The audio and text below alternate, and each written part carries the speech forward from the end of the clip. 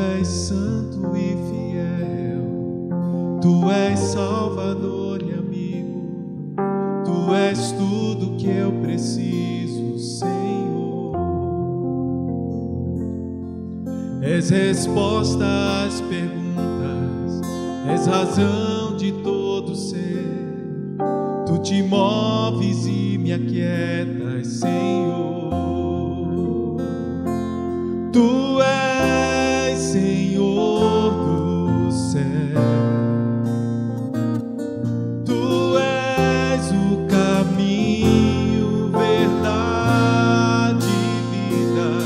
Tu és o verbo de Deus. Tu és a estrela da manhã. Tu és.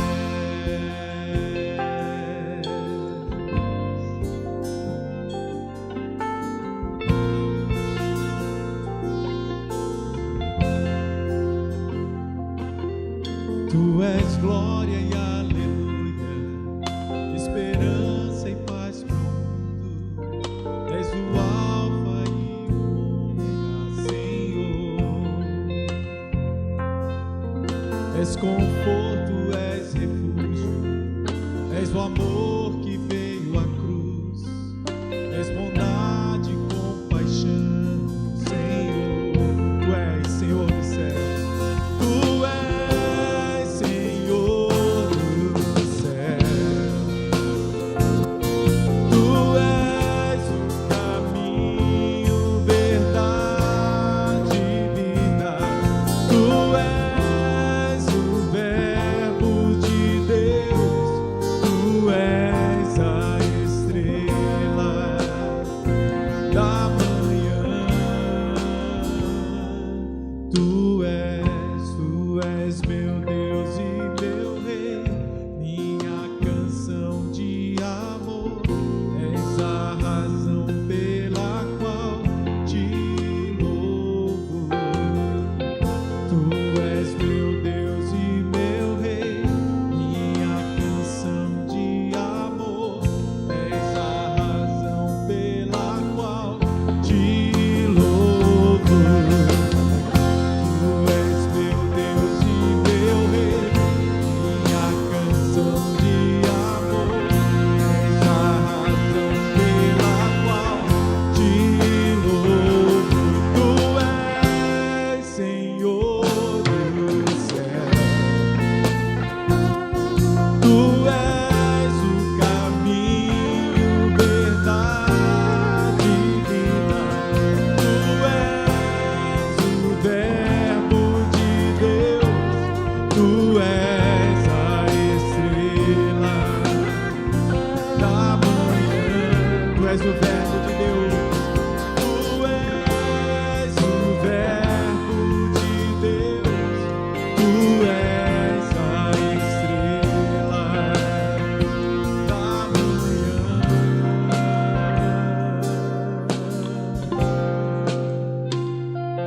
Tu és meu Deus e meu Rei, minha canção de amor. És a razão pela qual te louvo. Tu és meu Deus e meu Rei, minha canção de amor. És a razão pela qual te louvo. Tu és meu Deus e meu Rei, minha canção de amor. És a razão pela qual te louvo.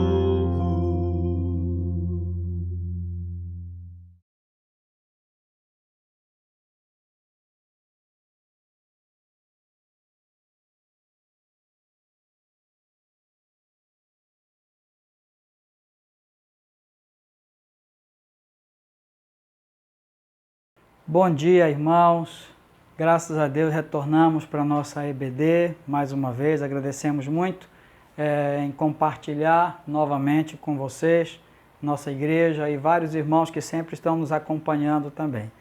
De alguma forma, pelo menos no que diz respeito à nossa EBD, eu quero fazer um anúncio aqui, né? A partir do próximo domingo, nós não iremos ter gravação para assistir dessa forma aqui, sendo liberado o link lá pelo YouTube, na nossa EBD. Portanto, essa será a nossa lição final através dessas gravações. Vamos continuar na nossa igreja no domingo de manhã, mas a partir do dia 5, mas iremos fazer através do Zoom, tá? Então, dessa outra forma de comunicação. Então, hoje eu estou aqui para encerrar o capítulo 2 de Efésios com vocês. Gostaria que todos vocês já procurassem nas suas Bíblias, Efésios capítulo 2. Nós começamos a falar sobre a reconciliação, a bênção da reconciliação que Deus nos deu em Cristo Jesus. E aí nós temos 4 pontos para abordar nessa bênção da reconciliação, e domingo passado eu compartilhei 2 pontos com vocês. Falei sobre, primeiro, a separação, ou seja, essa bênção da reconciliação, ela foi necessária por causa da separação. E a separação aparece no versículo 11 a 12, que fala aí sobre o gentio e o judeu, que foram separados, né? Estavam vivendo separados.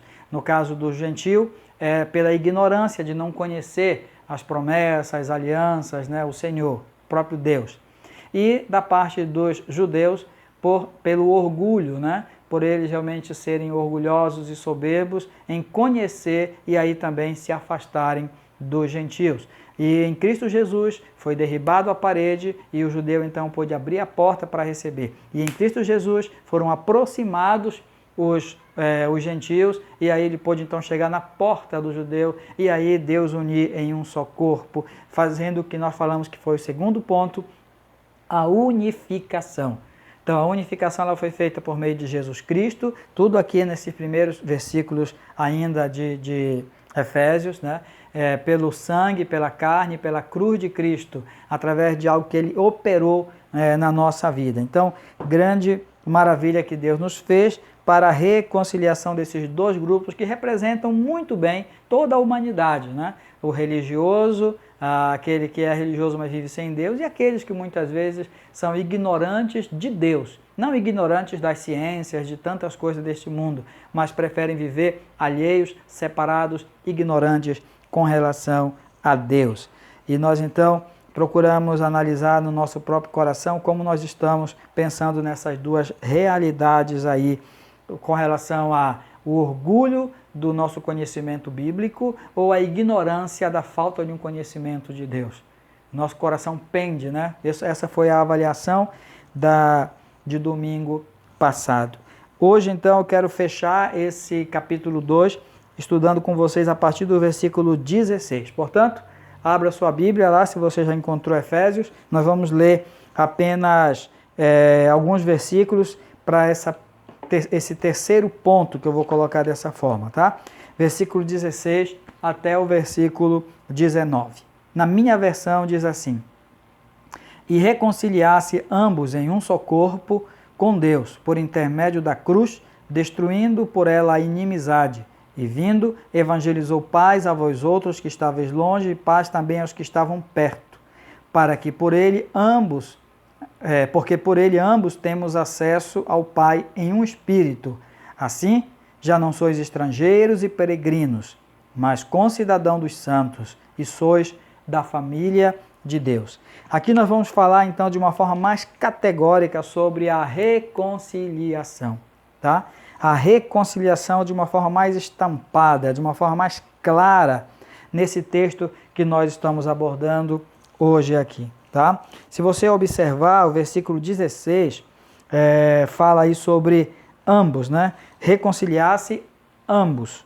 Também essa palavra vai se repetir no versículo 18, tá? Porque por ele ambos, ou seja, houve um perdão, um conserto, uma unidade, uma unificação entre o judeu e o gentio, entre 2 grupos antagônicos, e agora ambos, juntos, eles podem então ser reconciliados com o Pai, ser reconciliados com Deus. Então é isso que nós vemos, é essa operação que agora nós vamos observar quando falamos sobre a reconciliação do homem com Deus. houve a reconciliação entre eles, a unificação. E agora entre eles e o próprio Deus, a reconciliação. Primeiramente, nós vamos observar que esse grupo, mesmo que antagônico, tinha uma certa unidade. Quando fala de ambos, porque agora eles estavam juntos. Quais são essas unidades que nós encontramos aí? No versículo 16, que é o primeiro que nós lemos, né? Reconciliar-se ambos em um só corpo. Um só corpo. Então aí mostra a unidade do judeu e do gentio. Agora eles estavam coabitando em um só corpo. E esse corpo é a igreja, né? Hernandes Dias Lopes faz, não nesse texto de Efésios, mas em outro texto, ele faz aí uma ilustração dizendo que há pessoas que querem a igreja, mas não querem Jesus. Há pessoas que querem Jesus, mas não querem a igreja. Então ele compara, diz, é como se fossem pessoas que querem um corpo, mas não querem uma cabeça. Ou pessoas que querem cabeça e não querem um corpo. Então isso é muito estranho. Então nós somos chamados para coabitar no mesmo corpo. Temos a necessidade de um mesmo corpo ligado a uma mesma cabeça, que é Jesus Cristo. Essa unidade primeira que aparece é a unidade do corpo, mas não só a unidade do corpo, também nós vemos a unidade na necessidade. O versículo 16 diz: reconciliar-se ambos em um só corpo por intermédio, deixa eu ver aqui, versículo 17, e vindo evangelizou paz a vós outros que estáveis longe, e paz também aos que estavam perto. Evangelizou a paz. Ou seja, Jesus, ele não só morreu na cruz, né? Mas ele tornou a sua morte uma mensagem, a sua morte um anúncio.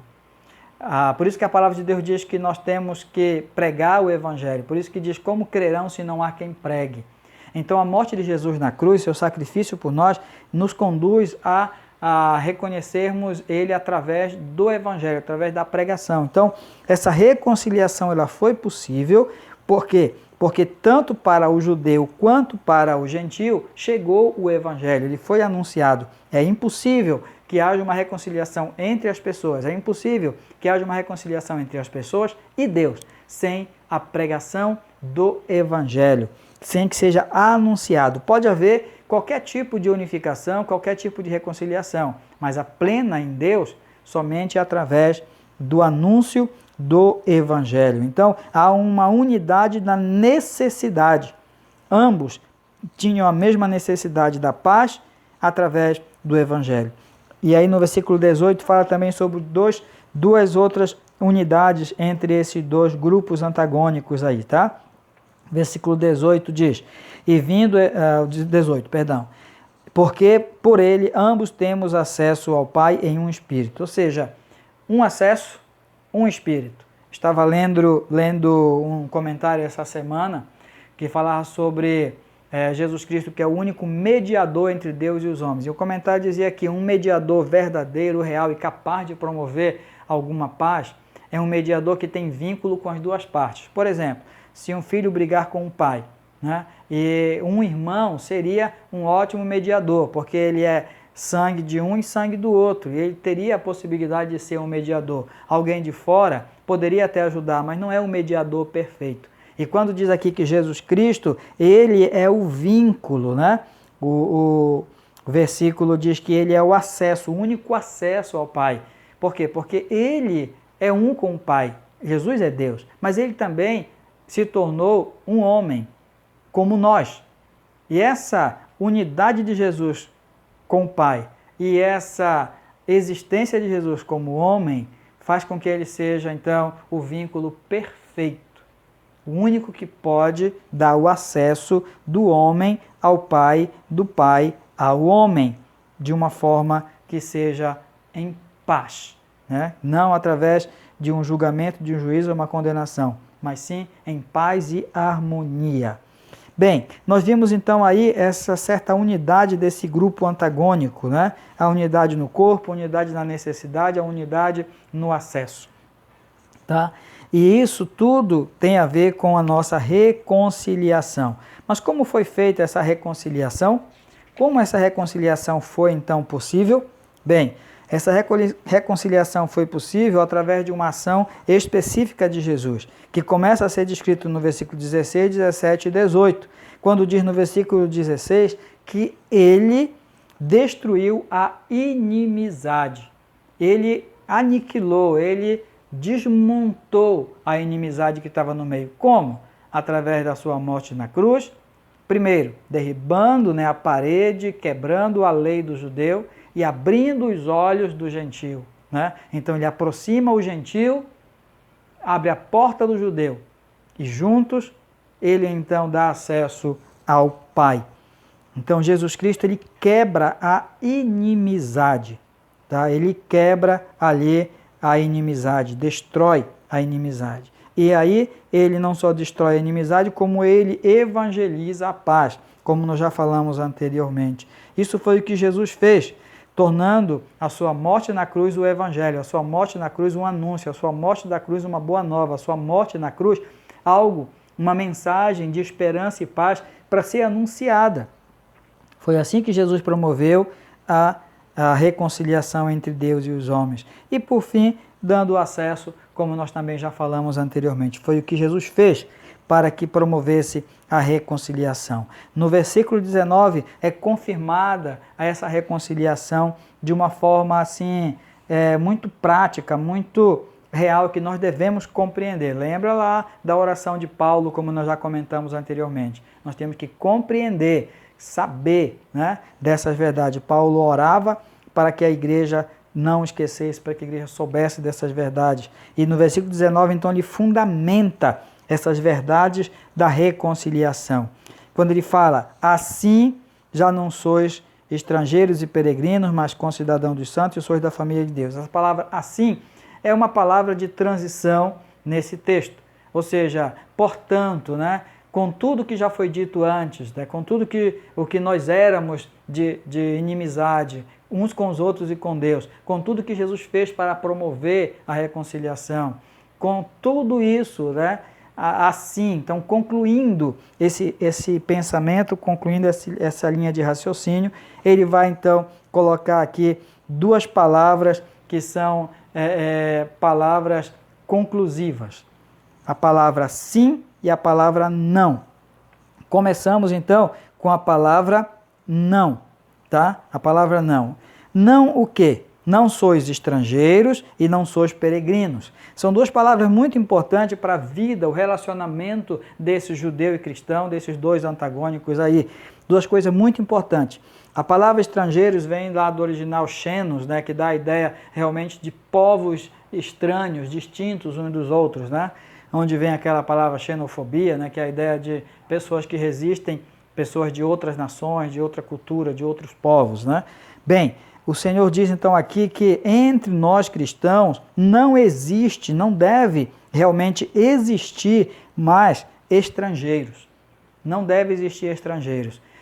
De certa forma, eu poderia até dizer que é errado eu dizer assim, o meu irmão indígena, o meu irmão africano, o meu irmão ribeirinho, o meu irmão urbano. Por quê? Porque eu estou criando estigmas que podem promover aí uma separação da qual Deus não quer. E você pode até pensar, poxa, mas lá em Apocalipse tem a revelação dada para João que diz que ele viu nos céus perante Deus pessoas de toda tribo, povo, língua, raça e nação. Sim, João viu muita coisa e tinha que descrever, Deus deu uma visão para João. E ele então descreve aquilo, ele não recebeu uma mensagem falada, ele recebeu uma visão. E olhando, ele descreve aquelas pessoas de tribos, povos, raças, nações, com certeza pela aparência ou por alguma outra razão que ele acaba identificando essas pessoas nos céus, esses salvos, essa igreja do Senhor, multicultural. Mas quando aqui há esses dois povos distintos e entra a reconciliação de Deus, Deus então, ele espera, Deus então quer que aquele povo que está em um só corpo olhe para si em uma unidade com Cristo e não faça a distinção por causa de serem estrangeiros, por serem estrangeiros, mas eles tinham que ter no coração deles esse conhecimento, essa percepção, essa visão, perdão, de que eles eram irmãos Não quero anular aqui a realidade. Nós somos, né, de cores diferentes, de culturas diferentes, de fronteiras, né, distintas, mas em Cristo Jesus nós temos que ultrapassar isso quando se trata de comunhão, quando se trata de corpo do Senhor, nós precisamos olhar diferente. Não somos mais estrangeiros, também não somos peregrinos. E aí, quando ele fala estrangeiro, ele aborda uma ideia bem distante, né? A pessoa que é além fronteira. E quando ele fala peregrino, são as pessoas de além fronteira que estão dentro da nossa casa, dentro da estrutura da comunhão da igreja. Então, há pessoas que dentro do culto, dentro da comunhão, se sentem irmãos e sentem os outros como irmão. Mas quando termina o culto e sai da porta, parece que cada um toma um rumo, toma uma direção, onde aquela irmandade quebra, onde aquela comunhão quebra. E não deve ser assim. O Senhor quer que a igreja tenha essa percepção e guarde isso no coração, que nós não estamos entre nós como peregrinos um do outro. Nós estamos no mundo como peregrinos. A igreja é peregrina no mundo, todos na mesma caminhada, todos na mesma busca do lar celestial. Mas entre nós não deve haver nenhum peregrino, não deve haver pessoas que nós consideramos fora da nossa comunhão, quando estamos fora ou mesmo dentro do contexto da igreja. Então, quando o apóstolo Paulo escreve sobre o estrangeiro, ele pensa no nosso sentimento por aqueles que estão distantes. Quando ele fala aqui sobre os peregrinos, é o nosso sentimento com relação às pessoas que estão internamente no convívio, na comunhão da igreja. Então, não somos estrangeiros, não somos peregrinos. Outra palavra absoluta é o sim, sim.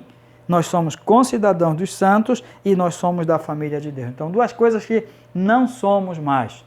Não devemos nos considerar judeus e gentios ou igreja de Cristo. Não deve se considerar mais como peregrinos e como estrangeiros. Mas nós devemos nos considerar, sim, como concidadãos dos santos da família de Deus.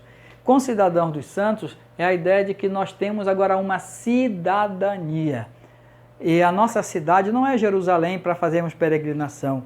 A nossa cidade não é um território, um monte, ou seja lá o que for, para a gente se direcionar ali para buscar alguma comunhão. A nossa cidade é a cidade celestial. O nosso lar está nos céus. A nossa cidadania, ela é uma cidadania celestial. Por isso que Paulo ora para que aqueles irmãos compreendessem com todos os santos, soubessem, né? Não esquecessem, guardassem no coração essa verdade. Perdão.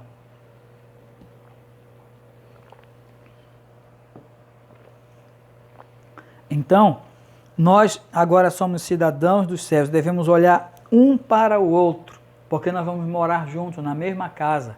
Não é na mesma rua, no mesmo bairro. O céu é um lar, onde todos estaremos vivendo no mesmo lugar. E nós vamos nos relacionar como irmãos, e nós estamos então projetados para essa realidade, somos concidadãos dos santos. Temos uma cidadania espiritual, temos uma cidadania celestial. Sois da família de Deus. É interessante porque quando ele fala cidadão dos santos, nos projeta para a eternidade. Mas quando fala da família de Deus, nos projeta para a nossa vida aqui nesse mundo. E a família, a ideia também de casa, de lar, mas essa palavrinha família, ela tem muito a ver com os relacionamentos domésticos, né? Tem a ver com relacionamento íntimos, pessoais. Então diz, além de nós sermos cidadãos dos céus, enquanto aqui na terra, nós devemos estar nos relacionando como uma família. E esse conhecimento, Paulo queria que os irmãos não perdessem de vista, guardassem firmemente no seu coração. Sim, nós pertencemos a uma mesma família, na eternidade e aqui também. Cabe aqui então a parada para duas perguntas, tá bom? Primeiro, você percebe a unidade da igreja? Ou você percebe a igreja como um clube? Ou você percebe a igreja como, uma associação? Você percebe a igreja como um local apenas de ficar reunido? Como é que você percebe a igreja? Você percebe a igreja como um corpo? Você percebe a igreja como uma unidade de pessoas que têm as mesmas necessidades espirituais, mas que têm o mesmo vínculo e acesso. Esses são valores espirituais que o apóstolo Paulo coloca no início dessa carta aqui, que nós devemos ter na nossa mente e no nosso coração. Como é que você percebe a sua unidade com a igreja? Tá? E você? Como é que você vê os seus irmãos em Cristo? Você vê eles como alguém que vai se relacionar na eternidade? Ou você já se relaciona como irmãos aqui enquanto estamos neste mundo? Como você se relaciona na igreja e fora da igreja? Tá? Como é que você vê os irmãos que estão além fronteira? Como é que você vê os irmãos de além fronteira que vêm para o nosso meio? Falar irmão indígena, irmão chinês, você fala isso porque você vê assim, ou você fala isso para identificá-lo, mas no seu coração você sabe que são irmãos em Cristo, tem uma unidade espiritual com você. Como você pode avaliar isso? Bem, quero então concluir esse estudo olhando do versículo 20 até o versículo 22, e já falamos sobre a separação, sobre a unificação e sobre a reconciliação em Cristo Jesus. Agora vamos falar sobre a dimensão de tudo isso, a dimensão de todos esses três aspectos. Versículo 20 até o versículo 22, tá? Veja lá comigo esses três versículos. Edificados sobre o fundamento dos apóstolos e profetas, sendo ele mesmo Cristo Jesus, a pedra angular, no qual todo edifício bem ajustado cresce para santuário dedicado ao Senhor, no qual também vós juntamente estáis sendo edificados para a habitação de Deus no Espírito. Primeiramente, quando eu falo em dimensão, esse é o quarto ponto, né? A dimensão. Falamos sobre separação, unificação, reconciliação, e dimensão é aquilo que nós vamos viver a partir da reconciliação. A primeira dimensão é a dimensão do fundamento. A dimensão são medidas, né? Dimensão é o espaço. Então, a dimensão do fundamento. O fundamento é Jesus Cristo, e é interessante porque ele fala não só fundamento, mas ele é fundamento e ele é a pedra angular. A dimensão do fundamento aponta para Jesus como o fundamento e a pedra angular. O fundamento é o alicerce, onde nós estamos falando de construção, tá?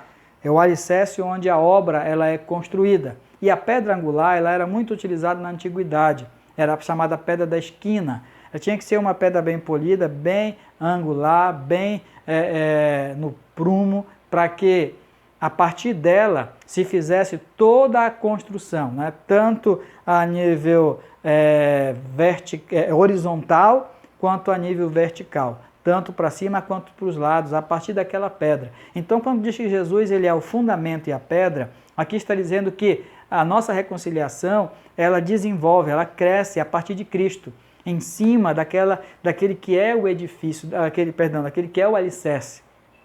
Tá? E a partir daquele que é o alicerce, não só em cima, mas como a partir. Qualquer construção na nossa vida cristã, familiar, profissional, que for a partir de qualquer outro fundamento, seja um fundamento humano, seja um fundamento científico, mas que não for um fundamento em Deus, para a glória de Deus em primeiro lugar, nós podemos estar edificando sobre um fundamento errado e começando, porque a pedra angular diz respeito ao começo. Então, começar um casamento, começar um namoro, começar um trabalho, começar um projeto, se nós não colocarmos as coisas bem começando com Jesus, provavelmente quando chegar no final dessa construção, lá em cima ou lá do outro lado, talvez não esteja bem ajustado. Então Jesus ele é a pedra para começar e o fundamento para seguir. Tá? Pense bem nisso. Além do fato de que Jesus então ele é o fundamento e a pedra, a outra dimensão é a dimensão do estabelecimento. Primeira dimensão, o fundamento. Segunda dimensão, o estabelecimento. O que é estabelecimento? É a construção, é o tipo de construção, né? É a construção que vai ser feita. E aqui diz claramente nos textos que nós somos edifício, nós somos santuário e nós somos habitação. Então são três palavras que são estabelecimentos. Observe que aqui não diz que nós somos um comércio, que nós não somos uma escola, que nós não somos um ginásio, não somos um prédio qualquer. Mas pense bem e veja aqui comigo, tá? Que o nosso crescimento, que o nosso A nossa dimensão, ela é um estabelecimento. E cada uma dessas palavras tem um sentido muito importante. Quando fala sobre edifício, está dizendo como nós somos construídos. Nós somos construído edifício, tá? Ou seja, pedra por pedra, tijolo por tijolo, parte por parte. Nós somos construído edifício. O quê? Qual o nome desse edifício? É a segunda palavra, santuário. Então, o edifício que nós estamos sendo construído é um edifício santuário. E para quê? Para a habitação. Então, nós estamos sendo construído santuário para a habitação de Deus. Então, que Deus nos ajude, que nessa nossa construção de vida cristã seja de fato assim. Tá? Seja de fato assim. Bem, nós falamos sobre a dimensão do fundamento, a dimensão do estabelecimento, dimensão do fundamento Jesus, dimensão do estabelecimento somos nós, e a dimensão do crescimento, para nós fecharmos, então, todo esse raciocínio do capítulo 2 até agora. Versículo 21 e versículo 22 fala sobre essa dimensão do crescimento. Bem ajustado, versículo 21. Essa palavra bem ajustado não tem a ver com estar totalmente em cima, ou seja, não é para o lado, para o outro, para frente, não é esse ajuste. Essa palavra bem ajustada, ela dá a ideia de que está ligado, de que está em contato, tá? Em contato, ligado a Cristo. Bem firmado, bem ligado, né? Ajustado em Cristo. E quem está ligado em cima, ajustado no alicerce, na pedra, tem o crescimento pessoal e o crescimento coletivo. Promove o crescimento coletivo. Nós temos aqui as 3 dimensões de crescimento nesse contexto geral aqui. Primeiro, a dimensão do fundamento, que é o Senhor Jesus Cristo, a dimensão do estabelecimento, que somos nós, e a dimensão do crescimento, como bem falamos no versículo 20, 21 e 22. Tá? Precisamos estar bem ajustados em Cristo Jesus para nós crescermos, e aí vem os questionamentos, como nós já pensamos anteriormente. Afinal de contas, nos últimos anos, como nós temos crescido? Afinal de contas, nesses últimos anos, como está a nossa comunhão com a igreja? Porque Jesus Cristo fez uma grande obra, um grande milagre para que nós pudéssemos viver essa reconciliação uns com os outros e essa reconciliação com o próprio Deus. Cabe aqui então nós encerrarmos, né, com a pergunta, ou as perguntas, vamos colocar assim. Você se sente ligado a Cristo Jesus? O que significa estar ligado em Cristo Jesus? Lembre das virtudes cristãs. Lembre-se disso. O amor, o perdão, a misericórdia, o testemunho que Jesus mandou nós mantermos neste mundo. Como você está ligado a Cristo como cabeça? E como você está crescendo e o quanto você está crescendo em Cristo Jesus? E você tem ajudado o corpo de Cristo, a igreja, no seu crescimento? Bem, Deus examine e nós examinemos o nosso coração, porque a obra da reconciliação foi promovida. O Senhor quebrou a parede, o Senhor aboliu a lei, o Senhor aproximou aqueles que estavam sem entendimento, abriu-lhes o entendimento, uniu em um corpo, ligou ao Pai. E essa é a igreja que somos nós. Mas como nós estamos vivendo essa verdade, você lembra, você pensa, você tem considerado? Considere, portanto, que o Senhor quer que nós saibamos e que nós vivamos essa realidade. Tá? Relembro no fechamento desse capítulo 2 aqui, a oração do apóstolo Paulo, no capítulo 1, versículo 17. Para que o Deus de nosso Senhor Jesus Cristo, Pai da glória, vos conceda espírito de sabedoria e de revelação no pleno conhecimento dele, iluminando os olhos do vosso coração, para saberdes qual a esperança do seu chamamento e a riqueza da sua glória na herança dos santos. Então, que Deus abra seu entendimento, o nosso entendimento, para essa realidade espiritual que vai influenciar a nossa vida, como nós vamos ver nos próximos capítulos. Amém. Que Deus nos abençoe.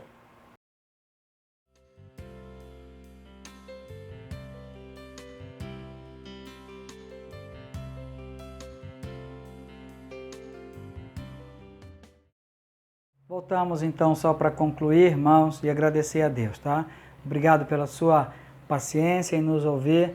A gente tem a mente a ânsia de que os irmãos absorvam e compreendam bem a palavra do Senhor.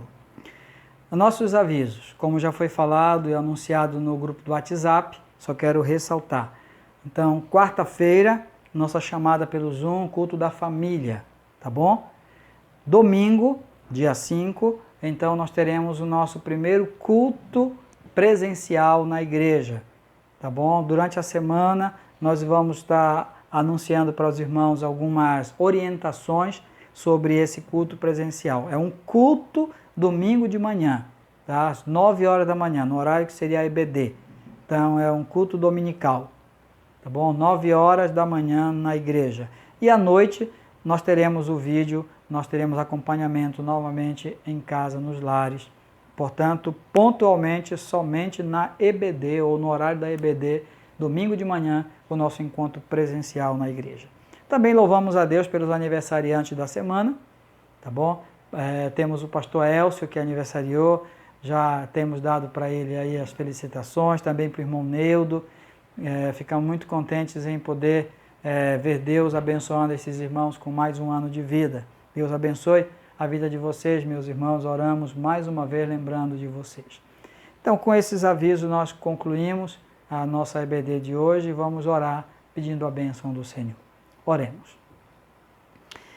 Senhor, nosso Deus e nosso Pai, muito obrigado pelo tempo que o Senhor nos deu juntos aqui. Obrigado pela exortação e ensinamento da Tua palavra. Agradecemos pela vida do pastor Elcio, irmão Neudo Júnior, que nessa semana o Senhor os tenha abençoado com a renovação de mais um ano de vida. Obrigado, Senhor, e abençoa esses nossos irmãos, guardando e guiando continuamente a vida deles. Quanto a nós, todos nós, a nossa igreja, nossas crianças, adolescentes, jovens, famílias todas, continua conosco, Pai. Dá-nos a todos um bom almoço, uma tarde abençoada e à noite possamos estar juntos novamente para celebrar o Senhor. Abençoa-nos assim, oramos agradecidos, em nome de Jesus Cristo. Amém.